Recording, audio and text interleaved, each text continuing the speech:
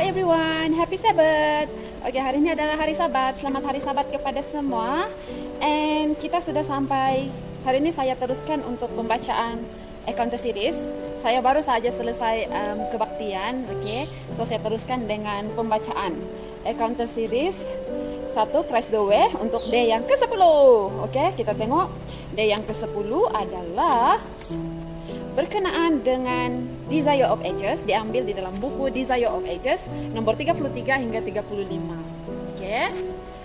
Sambung yang bab 3 kemarin, yaitu setelah genap waktunya. Oke, sambungan dia. Jadi kita teruskan untuk day 10 Desire of Ages nomor 33 hingga 35. Tapi sebelum itu, mari kita semua berdoa. Tuhan Allah Bapa kami yang bertakhta di dalam kerajaan surga, terima kasih Tuhan atas hari Sabat-Mu pada hari ini. Kami sangat-sangat bersyukur karena Engkau sudah menyertai kami dan Engkau telah memberikan kasih Engkau. Dan sampai pada saat ini kami masih berpeluang untuk hidup dan terus menjadi saksi yang hidup untuk semua orang. Saksi tentang firman Engkau yang terdapat di dalam Alkitab Engkau untuk diberitakan kepada seluruh dunia. Tuhan, pada saat ini kami ingin membaca semula firman Engkau yang terdapat di dalam buku Encounter Series. Kiranya Engkau berikan kami hikmat untuk mempelajarinya, Tuhan. Terima kasih Tuhan, atas berkat Engkau. Biarlah Engkau sentiasa mengampuni dosa kami. Semua ini diserahkan dalam nama Tuhan Yesus Kristus yang menjadi juru selamat dan penebus kami. Amin. Oke, jom kita baca. Di luar bangsa Yahudi ada orang-orang yang meramalkan datangnya seorang guru ilahi.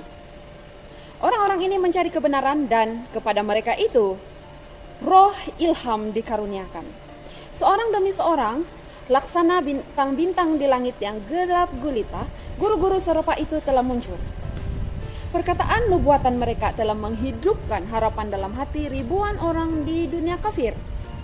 Beratus-ratus tahun lamanya Alkitab telah diterjemahkan ke dalam bahasa Yunani, kemudian ramai dipercakapkan orang di seluruh kerajaan Romawi. Orang-orang Yahudi tercerai-berai di mana dengan harapan mereka akan kedatangan Mesias itu sedikit banyak diharapkan juga oleh orang-orang kafir. Di antara orang-orang yang disebut kafir oleh orang-orang Yahudi adalah orang-orang yang mempunyai pengertian yang lebih baik tentang nubuatan Alkitab mengenai Mesias daripada guru-guru di Israel. Ada di antara mereka itu yang mengharapkan kedatangannya sebagai seorang pelepas dari dosa. Ahli-ahli filsafat ataupun ahli-ahli falsafah nih kan, berusaha mempelajari rahasia peraturan-peraturan keagamaan Ibrani. Oke.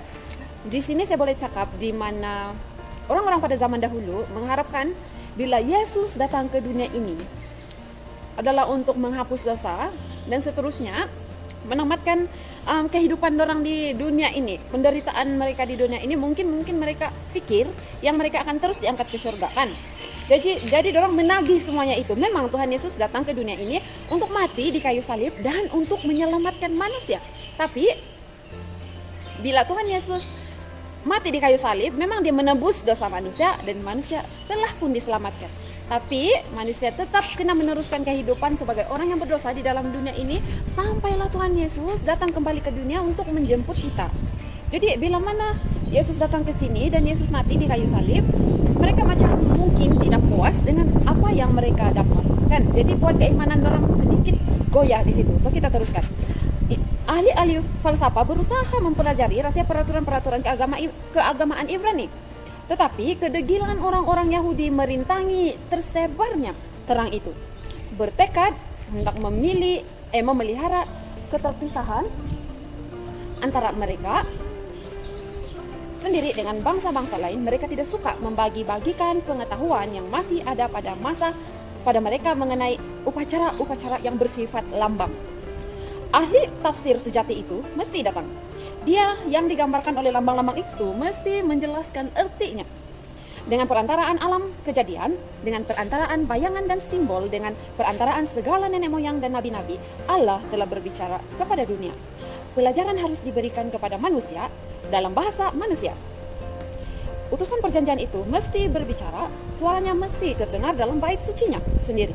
Kristus mesti datang untuk mengucapkan kata-kata yang harus dimengerti dengan jelas dan pasti. Ia sumber kebenaran itu. Wajib memisahkan kebenaran dari sampah ucapan manusia yang telah membuat kebenaran itu tidak berkhasiat. Asas-asas pemerintahan Allah dan rencana penebusan harus diterangkan dengan jelas. Segala pelajaran perjanjian lama harus dibentangkan dengan lengkap di hadapan manusia.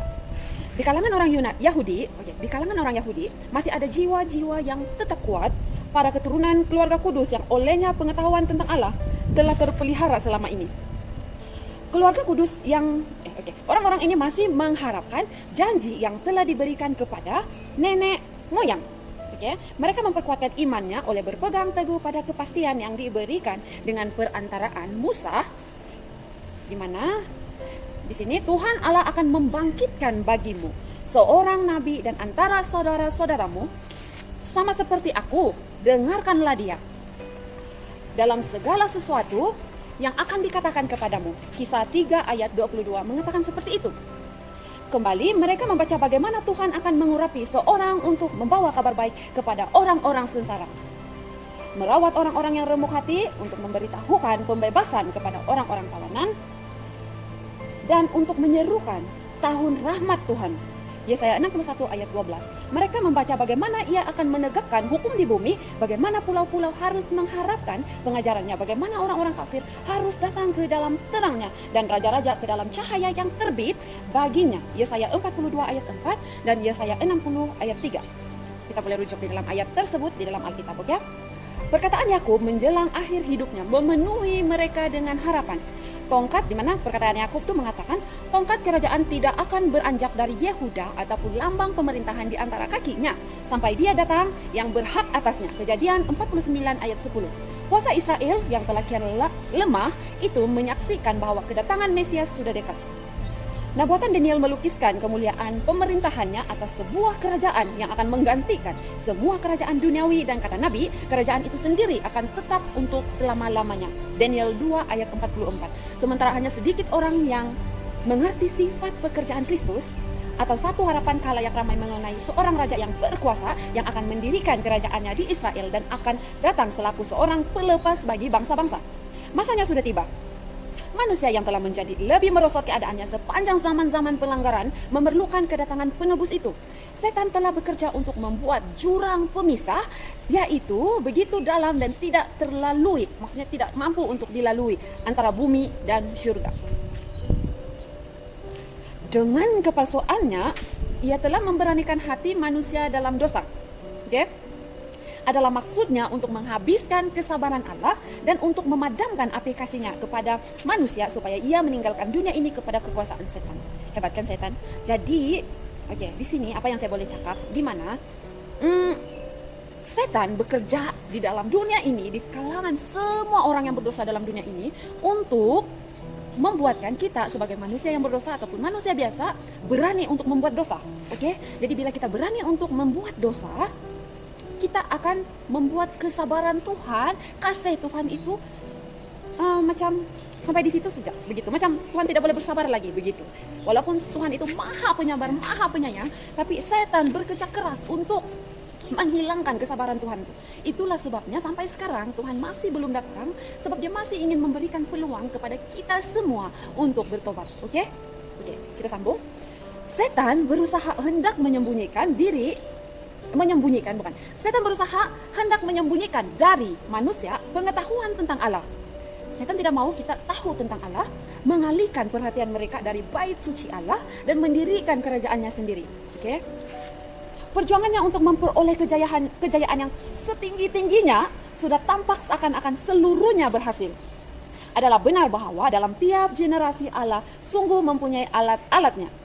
Maksudnya kita sebagai umat Tuhan sudah mempunyai alat ataupun kelengkapan untuk melawan semua itu, semua yang setan sudah rancang. Di antara bangsa-bangsa kafir sekalipun ada juga orang yang olehnya Kristus bekerja untuk mengangkat orang banyak dari dosa serta dari kemerosotan.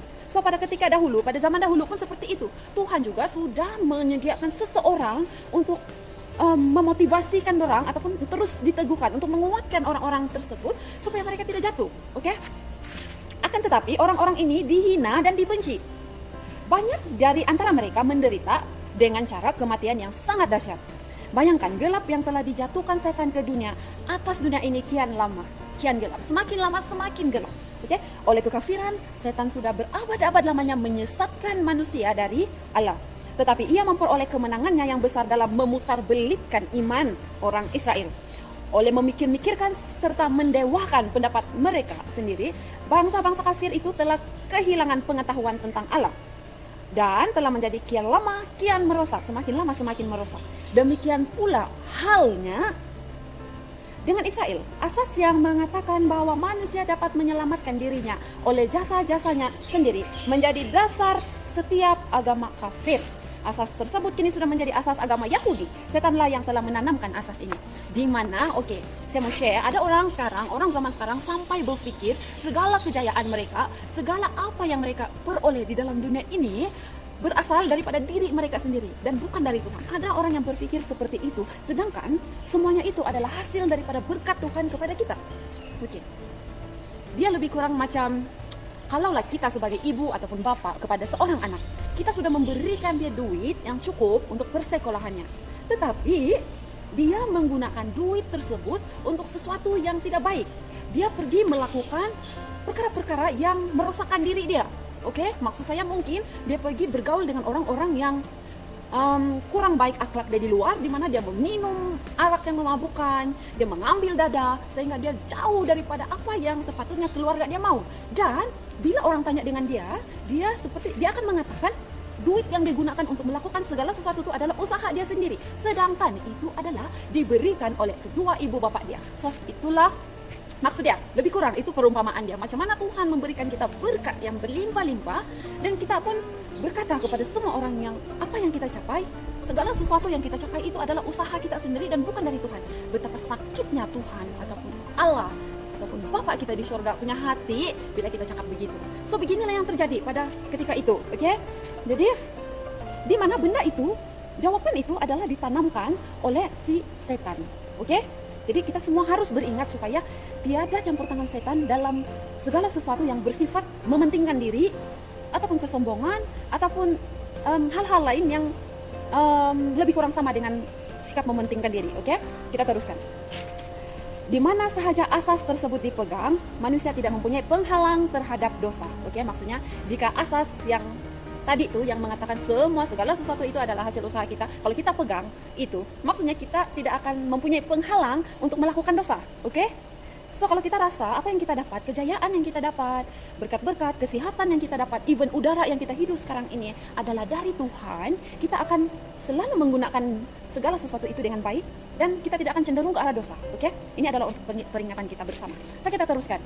Kabar keselamatan disampaikan kepada manusia dengan perantaraan alat-alat manusia. Akan tetapi orang Yahudi berusaha hendak memonopolikan kebenaran, yaitu hidup yang kekal.